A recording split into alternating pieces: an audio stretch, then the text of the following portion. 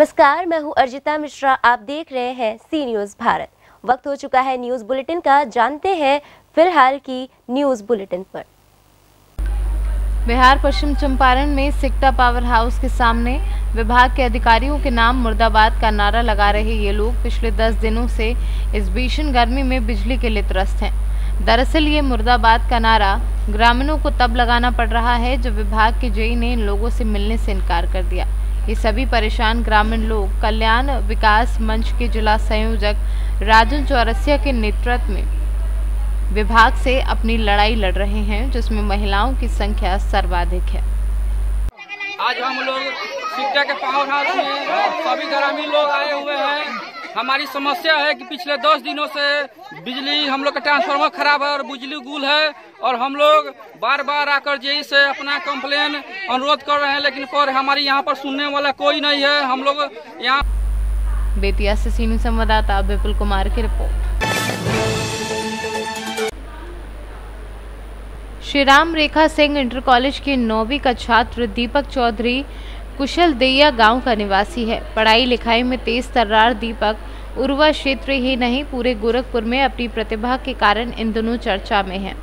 बेहद कम खर्चे पर उपयोगी आविष्कार के चलते श्री राम रेखा सिंह इंटर कॉलेज के प्रधानाचार्य ने दीपक को सम्मानित करने के साथ ही उसके इंटर तक की पढ़ाई का खर्च स्वयं उठाने की बात कही है। दीपक ने 2 दिन पूर्व ही घरेलू मोटर का आविष्कार किया है। 12 वोल्ट की बैटरी से संचालित ये मोटर 40 मिनट में 500 लीटर पानी निकालता है।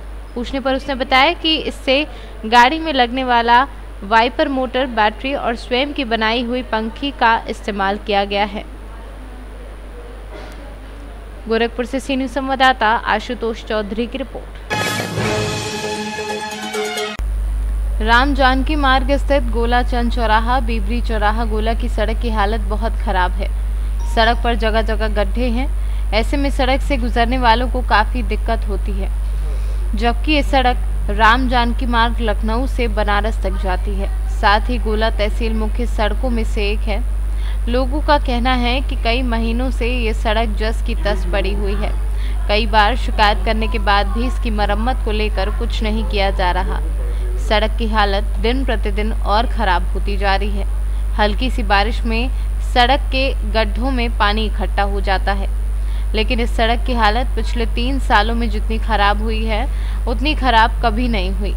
आलम यह है कि बारिश हो जाए तो लोग कीचड़ से परेशान रहते हैं, अगर बारिश ना हो तो धूल मिट्टी से परेशान हो जाते हैं। इस सड़क पर हमेशा मिट्टी उड़ती रहती है, घर के अंदर धूल मिट्टी आती रहती है और काफ़ी दिक्कतें होती हैं। सड़क पर बने गड्ढे हादसों को दावत दे रहे हैं। कई बार इन गड्ढों की वजह से ई रिक्शा पलट चुके हैं। इसके बाद भी सड़क की मरम्मत को लेकर कोई कदम नहीं उठाया जा रहा। परेशानी तो रात के समय होती है, क्योंकि स्ट्रीट लाइट में भी सड़क के गड्ढे दिखाई नहीं देते। ऐसे में वाहन चालकों का बैलेंस बिगड़ने का डर बना रहता है, जिसकी वजह से कभी भी कोई दुर्घटना हो सकती है। गोरखपुर से सीनू संवाददाता प्रदीप सिंह की रिपोर्ट।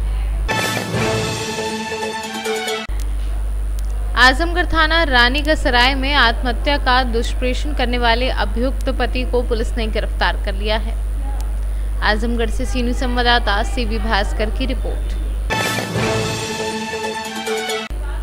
बड़ी खबर बाराबंकी से है, जहां मामूली विवाद में छोटे भाई ने साले के साथ मिलकर बड़े भाई की पीट कर हत्या कर दी। हत्या के इलाके में सनसनी फैल गई। सूचना पर पहुंची पुलिस ने जांच पड़ताल कर शव पोस्टमार्टम के लिए भेज दिया है। मामला बाराबंकी के मोहम्मदपुर खाला थाना क्षेत्र का है। कौन है ये आपके भाई है? क्या हुआ था? उनको बुला के ले गए थे, फिर अपना शाम को अब खुद चला आया और ये नहीं आया। अच्छा, कौन लोग ले गए थे? अनिल ले गया था, अनिल सिंह, छोटे भाई का साला। और फिर वो जब आए लंगड़ाते हुए घर से निकला लंगड़ाते हुए, तो बोला कि हमको मारे हैं रविंदर। हमका भैया कहा है रविंदर कहाँ है? तो बोले रविंदर तो वहीं है। फिर उसके बाद कुछ बचाया नहीं, तो उनका भैया का मारे भी कहे हैं तो मार के आए हो? तो कहने हम मार के नहीं, हम गुम्मा मारे हैं। रविंदर मारी ना? और रविंदर ने मारा? और किसने मारा? नहीं, रविंदर ने नहीं मारा, रविंदर को अनिल सिंह ने मारा। अच्छा, अनिल ने मारा है। और किसने मारा? और कोई नहीं था, वही यहाँ बता रहा था, हमसे तो कोई और से बात नहीं हुई। अच्छा, किस चीज़ से मारा? ईंटा बता रहा था, गुम्मा से मारे हैं, और बाकी हाथ में एक लिप्टिस का मोटा सा डंडा था हाथ में। अच्छा, काहे के लेके मारपीट हुई है? इन लोगों की क्या कही सुनी हुई वहाँ पे पता नहीं है, लेकिन ये 1 हफ्ते पहले। बाराबंकी से सी न्यूज़ संवाददाता अजमत अली की रिपोर्ट। जालौन से सामुदायिक स्वास्थ्य केंद्र कालपी में तैनात चिकित्सक के साथ उसकी पत्नी ने भाइयों के साथ मिलकर घर में घुसकर मारपीट की। मारपीट की पूरी घटना सीसीटीवी कैमरा में कैद हो गई। दबंगों ने चिकित्सक को इतना मारा कि वह बुरी तरीके से लहूलुहान हो गया। घटना की सूचना जब चिकित्सक ने पुलिस को दी तो पुलिस तत्काल मौके पर पहुंची और मामला दर्ज करते हुए चिकित्सक को इलाज के लिए उरई जिला अस्पताल भेजकर मामले की जांच शुरू कर दी। ये डॉक्टर साहब, कल जो आपके साथ में घटना घटित हुई, क्या मामला है पूरा? देखिए, अभी मेरा कोविड-19 का 23 जून से अभी 6 तारीख तक मेरा कोविड-19 का जिला कारागार में मेरी ड्यूटी थी, जहाँ पे मैं कोविड-19 पेशेंट को देख रहा था। उसके बाद मुझे 7 दिन का आइसोलेशन पीरियड दिया गया था, जिसकी वजह से मैं अपने रूम पे घर पे आराम कर रहा था। क्योंकि मेरी पत्नी से मेरे संबंध अच्छे नहीं हैं और डाइवोर्स पेपर प्रक्रिया आगे बढ़ चुकी है। हम लोग का कोर्ट में डाइवोर्स का केस फाइल हो चुका है, उसके ऊपर कार्रवाई आगे बढ़ती जा रही है। तो इससे थोड़ा सा गुस्सा करके उन लोगों ने पहले तो नौबस्ता थाने में मेरे खिलाफ होम वायलेंस का FIR करवाया, झूठा, जिस वजह से मैं कानपुर जा नहीं पाता हूँ कभी भी, ना अपने घर जा पाता हूँ और एक भाई के साय में रहता हूँ, ना मेरे मम्मी पापा वहाँ पे जाते हैं। इन लोगों ने अचानक से कल आके मेरे ऊपर ज़ोरदार तरीके से दरवाज़ा खुलवाया, ज़ोरदार तरीके से ताबड़तोड़ लड़ाई झगड़ा मारपीट करने लगे, गाली गलौज देने लगे और जान से मारने का प्रयास करने लगे। एक उसमें से इनकी मम्मी थी, वर्तिका थी, इनके पापा थे, 2 मामा थे इनके। ये सभी लोग घर में घुस के और मुझे एक ने मुझे यहाँ से दबाया था, गर्दन से यहाँ से दबाया पैर से, और दूसरे ने नीचे गुप्त अंगों को पकड़ने की कोशिश किया, दबाने की कोशिश की। उसके बाद लोगों ने लात घूंसे से सर पे जहाँ पे इनको जहाँ ये सब चोटें लगी, जहाँ पे पाया वहाँ पे खूब मारा इन लोगों ने। और सिर्फ यही कहते जा रहे थे कि तुम अच्छा नहीं किया, इसका तुम अंजाम भुगतोगे, तुम्हें हम जान ले लेंगे। एक आरोप ये लग रहा है कि आपका जो है किसी युवती से जो है अवैध संबंधों का मामला भी प्रकाश में आ रहा है। ये पूरा क्या मामला है कि इसमें क्या सच्चाई है? नहीं, कहा तो ये भी जा रहा है कि हमारी शादी हो चुकी है, पर अगर एक सरकारी डॉक्टर 2 शादियां करके रह नहीं सकता, पहली चीज़ तो ये है। दूसरी चीज़ है कि अगर कोई युवती आती है, एक केयर टेकर के रूप में रहती है, खाना पीना बनाती है, कपड़े वगैरह धोती है, सारी चीज़ों का ख्याल रखती है, तो केयर टेकर के रूप में उसको रहना बहुत उचित है। उसके लिए कुछ अगर हो सकता है हमसे तो हम करते भी हैं, ताकि उसका भरण पोषण भी होता रहे और मेरा भी काम चलता है। क्योंकि यहाँ पे 5 साल से मेरे पास कोई भी नहीं है, मैं अकेला यहाँ पे रहता हूँ, अकेला काम करता हूँ, तो मुझे खाने पीने की दिक्कत होती है, कपड़े मेरे सूखे गंदे पड़े रहते हैं, उनको धोने वाला कोई नहीं है। तो इन सब चीज़ों के लिए मेरे पास में अगर कोई व्यक्ति है जो मेरा साथ दे रहा है इन सब चीज़ों में, तो उससे अच्छा मित्र और उससे अच्छा केयर टेकर कोई हो नहीं सकता। इसके बाद इस घटना के बाद में आपने जो है कोतवाली में तहरीर भी दी, जिसमें मुकदमा पंजीकृत किया गया, तो अभी तक कोई कार्रवाई वगैरह अमल में लाई गई है? देखिए, जहाँ तक कार्रवाई की बात है तो अभी तक हमें लग रहा है कि केस को क्रॉस करने की कोशिश की जा रही है, कि केस किसी तरीके से क्रॉस हो जाए, क्योंकि इसको एक घरेलू हिंसा का रूप देने की कोशिश की जा रही है। जबकि बहुत पहले से मैं कहता चला आ रहा हूँ, इससे पहले भी लोगों ने यहाँ पे आके FIR कराने की कोशिश की थी और मेरे खिलाफ़ बहुत ही गलत सलत अखबारों में छपवाया भी था इनके पिताजी ने आके यहाँ पे। लेकिन अब इन लोगों ने एक लेवल ऊपर होके पहले तो FIR नौबस्ता थाने में की, होम वायलेंस की, जबकि वहाँ गया भी नहीं उनके घर पे, अपने घर पे नहीं गया, सॉरी, कानपुर में। और दूसरी चीज़, यहाँ पे आके इन्होंने पूरी तरीके से CSC कालपी में घुसकर एक डॉक्टर के घर में घुसकर उसको बुरी तरीके से मारना पीटना और जान लेने का प्रयास करना। वो तो शुक्र है कि नीचे पहुँच गया। नीचे पहुँचने पर कुछ लोगों ने देख लिया, इंटरफेयर करने की कोशिश की, तो ये लोग थोड़ा शांत हुए। अदरवाइज़ ये पूरी तरीके से मूड बना के आए थे कि इसको आज ही निपटा देना है। क्योंकि इनके पिताजी कई दिन से ये चीज़ें कह रहे हैं कि इसको मैं गंगा में, यमुना में काट के फेंक दूँगा और इसको मैं किसी तरीके से यहाँ पे जिंदा नहीं रहने दूंगा। ये इनके जनवरी से इनके डायलॉग से चल रहे हैं कि क्योंकि हम लोग का कोर्ट का केस का जो तारीखें चल रही है, हम लोग की अनबन जनवरी से ही है, नवंबर दिसंबर जनवरी से है। तो ये तब से इन लोग का इस तरीके का जान से मारने। स्वास्थ्य केंद्र कालपी के एक चिकित्सक दंपत्ति में आपसी विवाद हुआ था और जिसमें दोनों पक्षों से प्राथमिकी थाना कालपी में दर्ज कराई गई है, जांच की जा रही है। जालौन से सीनियर संवाददाता अमजद खान की रिपोर्ट। जम्मू कश्मीर के पुलवामा में सुरक्षा बलों और आतंकियों के बीच हुई मुठभेड़ में जौनपुर का एक लाल शहीद हो गया है। इस मुठभेड़ में एक आतंकी भी मारा गया है।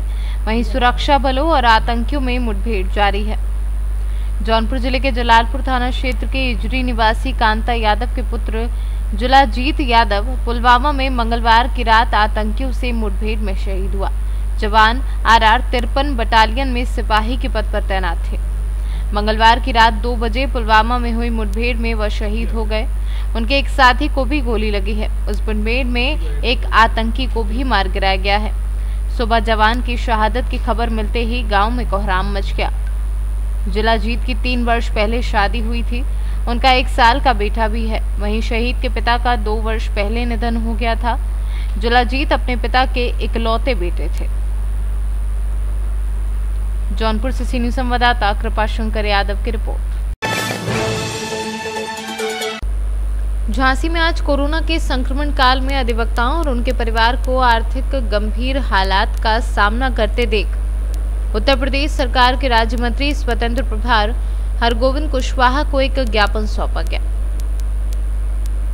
आपका नाम? KP Srivastava advocate. मैं यहाँ पूर्व में 2 बार जिला अधिवक्ता संघ में महासचिव रहा हूँ। आज आपने किस चीज़ का ज्ञापन दिया? आज हमने हमारे बड़े भाई संरक्षक और उत्तर प्रदेश सरकार के राज्य मंत्री जी को ज्ञापन दिया है अधिवक्ताओं के स्वास्थ्य संबंधी बीमा हेतु। इस आज़ादी के बाद न केंद्र सरकार ने किसी भी ने न प्रदेश सरकार ने हमारे अधिवक्ता भाइयों पर कोई भी ध्यान आज तक नहीं दिया। हम मंत्री जी के माध्यम से ये बात कानून मंत्री और मुख्यमंत्री तक और इस लड़ाई को भाई साहब के सहयोग से, सभी अधिवक्ताओं के सहयोग से अंतिम समय तक लड़ता रहूँगा जब तक कि अधिवक्ताओं को न्याय नहीं मिलता। मंत्री जी, आज अधिवक्ताओं ने ज्ञापन दिया, काहे के लिए दिया आपको? आज अधिवक्ताओं में श्री राजीव शर्मा जी, KP श्रीवास्तव सचिव साहब और सभी लोगों के काफ़ी 25-30 अधिवक्ता बंधुओं ने ये मांग की है प्रदेश सरकार से कि उनको स्वास्थ्य बीमा होना चाहिए। हमने उनको आश्वस्त किया है कि कानून मंत्री ब्रजेश पाठक से मिलकर के मुख्यमंत्री से मांग करेंगे कि कम से कम 5 लाख और अधिकतम 25 लाख तक का उनका हेल्थ बीमा उत्तर प्रदेश सरकार करे, ताकि उनको किसी प्रकार की कोई दुर्घटना होने पर उनके परिवार को आर्थिक सहायता। झांसी से कैमरा पर्सन प्रभात सानी के साथ राजीव सक्सेना की रिपोर्ट। कोठीपार थाना क्षेत्र के कटहरी में खड़ी बाइक को कनाडियन मटर लदी पिकअप ने मारी ठोकर। भोला गुप्ता उम्र 20 का बायां पैर टूटा। युवक की हालत गंभीर। गोरखपुर पर महाराजगंज से कैमरा पर्सन सिकंदर के साथ सद्दाम खान की रिपोर्ट। विद्या भारती संस्थान बांसवाड़ा द्वारा संचालित विद्या निकेतन माध्यमिक विद्यालय घाटोल द्वारा ऑनलाइन जन्माष्टमी कार्यक्रम का आयोजन रखा गया, जिसमें कई प्रतियोगिताएं आयोजित की गई। मैं इस चैनल के माध्यम से पूरे भारतवर्ष को कृष्ण जन्माष्टमी की बहुत बहुत बधाई देता हूँ। साथ ही साथ मैं विद्या भारती संस्थान बांसवाड़ा द्वारा संचालित विद्या निकेतन स्कूल माध्यमिक विद्यालय घाटोल द्वारा आज ऑनलाइन जन्माष्टमी का कार्यक्रम का आयोजन किया गया, जिसमें विभिन्न प्रकार के या विभिन्न कक्षा के जो भैया बहन हैं उन्हें ऑनलाइन घर पे रहते हुए इस कार्यक्रम को मनाने का कहा गया। साथ ही साथ हमारे द्वारा उसमें प्रतियोगिता आयोजन किया गया, जिसमें कृष्ण के बाल रूप का चित्र, मटकी की सज्जा, साथ साथ राधा कृष्ण की वेशभूषा धारण करने को भी कहा गया। बहन चेष्टा द्वारा कृष्ण के रूप में बनाया गया, कृष्ण का रूप धारण किया गया। साथ ही साथ बहन वैष्णव द्वारा कृष्ण का बाल रूप का अत्यंत रूपान्वित चित्र का निर्माण किया गया। उसी के साथ साथ विद्यालय परिसर में इस उपलक्ष्य में हमारे विद्यालय के अध्यापकों के द्वारा अलग अलग विभिन्न प्रकार के पेड़ पौधों को लगाया गया, पेड़ पौधों के महत्व को समझाया गया। साथ ही साथ हमारे क्लास के जो भैया बहन हैं उन्हें ऑनलाइन इस त्यौहार के महत्व को समझाया गया कि किस प्रकार। राजस्थान से सीनियर संवाददाता लखन आचार्य की रिपोर्ट। मोहनगढ़ तहसील के ग्राम पंचायत रानीपुरा में गरीब व्यक्ति का पूरे केवट निवासी रानीपुरा जब अपने बच्चों के सहित बाहर रोजगार की तलाश में गया था तो गांव के दबंग व्यक्ति जानकी केवट और राजू केवट ने कपूरे केवट के मकान के सामने जबरन खुद के मकान का निर्माण करा दिया था, जिसकी शिकायत कपूरे केवट ने मोहनगढ़ तहसीलदार से की थी, जिस पर मोहनगढ़ तहसीलदार ने उक्त निर्माण हो रहे मकान पर स्टे लगा दिया था और मकान तोड़ने का आदेश दिया था, जिस पर मोहनगढ़ पुलिस मौके पर पहुंचकर काम बंद करा दिया, मगर इन दबंग व्यक्तियों ने प्रशासन की भी एक भी बात नहीं मानी और जबरन मकान का निर्माण कराते रहे। कहाँ के निवासी? रानीपुरा के साथ। आपकी क्या समस्या है? ये समस्या है साहब, मेरे घर के मकान के सामने अगला आदमी मकान बना रहा है ज़बरदस्ती। तहसील में भी हम लोगों ने दरखास्त की है और थाने में भी लगाई है, तो कोई सुनता नहीं है साहब। तहसील वाले ने लिख के दिए हम लोगों को कि यहाँ पर मकान निर्माण ना किया जाए, फिर भी वो ज़बरदस्ती बनाते हैं साहब। तो इसके अनुसार क्या किया जाए? अब कोई यहाँ के लिए करने के लिए कार्रवाई है नहीं है साहब। तो हम लोग क्या कहेंगे? वो मारने के लिए लाठी लेते हैं, कुल्हाड़ी लेते हैं साहब, के जान से मार देंगे साहब। तो हम लोग कहाँ जाएंगे बताइए आप? पानी भर जाता है मकानों के अंदर, तो क्या करेंगे साहब? कौन लोग बना रहे हैं मकान? वो जानकी केवट, राजू केवट दोनों मकान बना रहे हैं साहब मेरे मकान के सामने। पहले हम लोग गए थे दिल्ली गए थे, तो जब तक हमने फाउंडेशन भर लिया, उसके बाद हमको पता मिला तो हमने स्टे किया। स्टे लगाने के बाद फिर हमने तहसील लड़ी। तहसील लड़ने के बाद फिर तहसीलदार ने मैडम है जो उन्होंने लिख के दिया कि यहाँ पर मकान निर्माण नहीं किया जाए। उसके बाद फिर माने नहीं जाए, ज़बरदस्ती बना रहा।